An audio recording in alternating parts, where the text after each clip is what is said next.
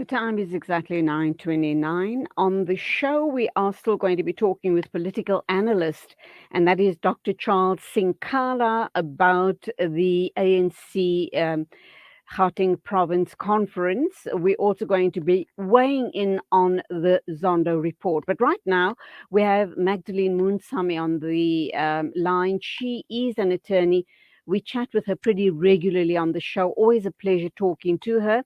This time around, we're going to talk about her recent trip to the Sahrawi Arab Democratic Republic.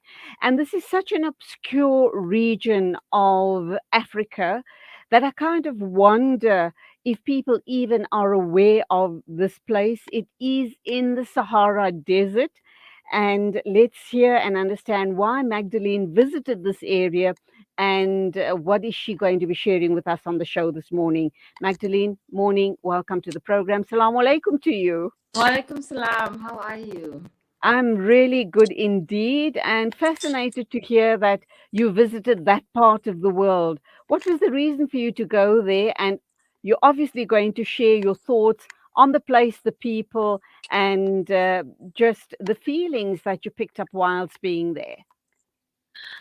Thank you so much. I spent a lot of time in that part of the region. Well, you know that my international human rights activism takes me to Palestine, the Western Sahara, and the work that I do, especially with Kashmir, Pakistan, etc. Alhamdulillah. So it's not something that is a new place for me. It's home, actually. One of the very fundamental reasons is the oppression that the Sahrawi people, the SADR, faces under Morocco. Morocco has just recently entered into a bilateral agreement with Israel regarding, and one of the issues is the oppression of the Sahrawi people. This is now, I think, last week or the week before. And as a result, there has been a war since 1975. There was a war which then called for the United Nations to create an environment that was conducive for a referendum. And this then raised a ceasefire in 1991, where both parties said, yes, they will go to a referendum under the MINURSO and Special Envoy watch over the Western Sahara and the dynamics of Morocco. But what then transpired is that Morocco was never honest about the referendum and refused the referendum post the ceasefire. Just can I come in here, please, Magdalene? Sure. We know that very recently Morocco's had talks with Israel, and I'm kind of wondering how that then plays out with their relationship with the Sahrawi people. It leaves a lot to be desired, does it not? No, absolutely. I mean, I raised this in one of the press conferences that I had in Algeria after returning from the camps, that the relationship with Israel is the biggest tragedy that could have happened or incurred itself over the Sahrawi people and their independence. Remember, this is a struggle for their independence. And what we have right now is a relationship with Morocco and Israel, which is a mass murderer of the Palestinians, and now the relationship of the bilateral between Israel and Morocco would then lead to possibility of Israel providing weapons to support the war against the Sahrawi people at the battlefront. So yes, indeed, that relationship is one that is intended for mass genocide. It's not intended for any good that may or may not come out of it, because we know what is happening in Palestine. So the visit really, well, the visit by myself was in the main regarding the issues, one of women, and how do we then reinforce the project of women now that the men are at the battlefront. Well, there are women as well. There are Sahrawi women who are trained soldiers. There are Sahrawi women who are trained to run the political administration. And how do we ensure that that is supported? But also, how do we, now that we are coming closer to understanding what the military programs are in that part, What are the compromises that may emerge, and how do we strengthen our relations, one with Algeria, because Algeria provides immense support to the Sahrawi people, and how do we as North and South come together to make sure that we have a very strong unified continent, and more especially that the abuses that are continuing, and the Western Sahara being the last colony on the continent, how do we then as a society mobilize against all forms of oppression? We know that there are occupied and unoccupied territories in the Western Sahara. The occupied territories are occupied by Morocco, and people on a daily basis face torture, assault. They are political prisoners. We have, for example, Sultana Khayyam, who was under house arrest for over 500 days, beaten up. Aminata Hada, who had an eye physically removed by Moroccan insurgents. And what we find is the level of intolerance for humanity, the same that is happening in Gaza, the same that is happening in Ramallah and in the West Bank with Israel, where human beings are seen to be non entities in these areas, these parts of the world. And it is time that we have, a completely free people that can exercise their culture, their self-determination. So yes, it's a beautiful place. I would wish for everyone to want to be there. So, Magdalene, let's understand this.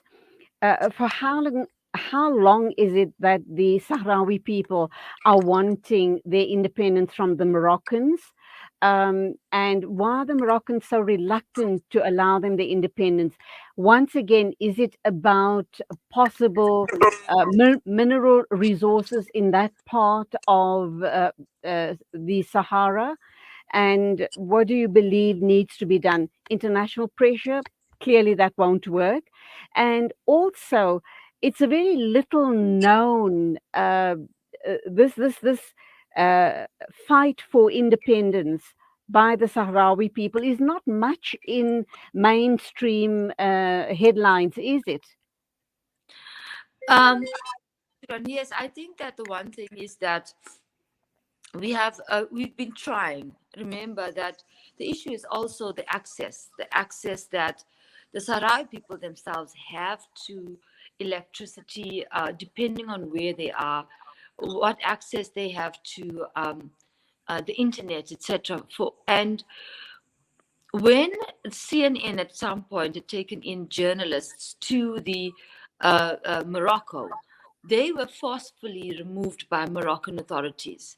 So Morocco has done everything to oppress even media from being able to capture and transmit such information. The issue is mineral resources, yes. The Western Sahara is very rich in phosphate, fisheries, gas, natural gas, etc.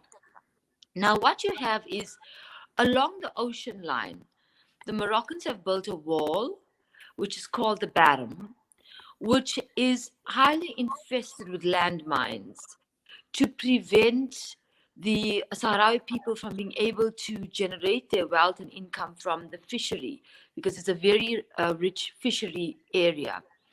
And that on the other side of the wall is the ocean, which is the territory controlled by Morocco.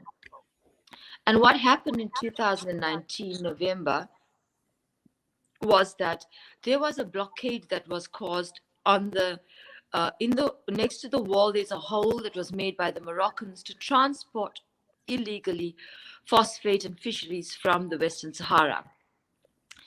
And the Sahrawi people decided to block the entry in 2019 to Al Galgarath at the main wall. And this ultimately culminated in November into the war being reinitiated. Okay. So since 1975, which is about 30 years or more ago, there has been no war with the anticipation of a referendum for self-determination, and Morocco has not been committed, neither have they been honest to humanitarian law, to exploitation and humanitarian abuses. And hence, we find ourselves needing to be in solidarity with the Sahrawi Arab Democratic Republic. Thank you indeed for bringing that story to our attention. And we will talk with you again in the future to give us an update. Sad to hear that it seems every part of the world you focus on, there is a problem of some sort or the other. And you kind of wonder, what is this world coming to? But we will Absolutely. talk again with you in the future. Thank you. Keep up your activism. Always a pleasure talking to you. Go well, and salaam alaikum to you. Wa alaikum salam. Shukran.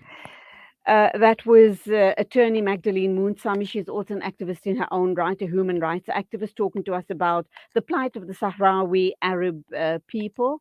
And it's the first time I hear about it, I confess. Saddened to hear about it, but we will bring the story and other such stories to your attention. Standing by to talk with us, our final interview for the morning is Dr. Charles Sinkala. He is going to talk to us about the outcomes of the ANC conference. We're also going to weigh in on the Zondo report. Please stay with us.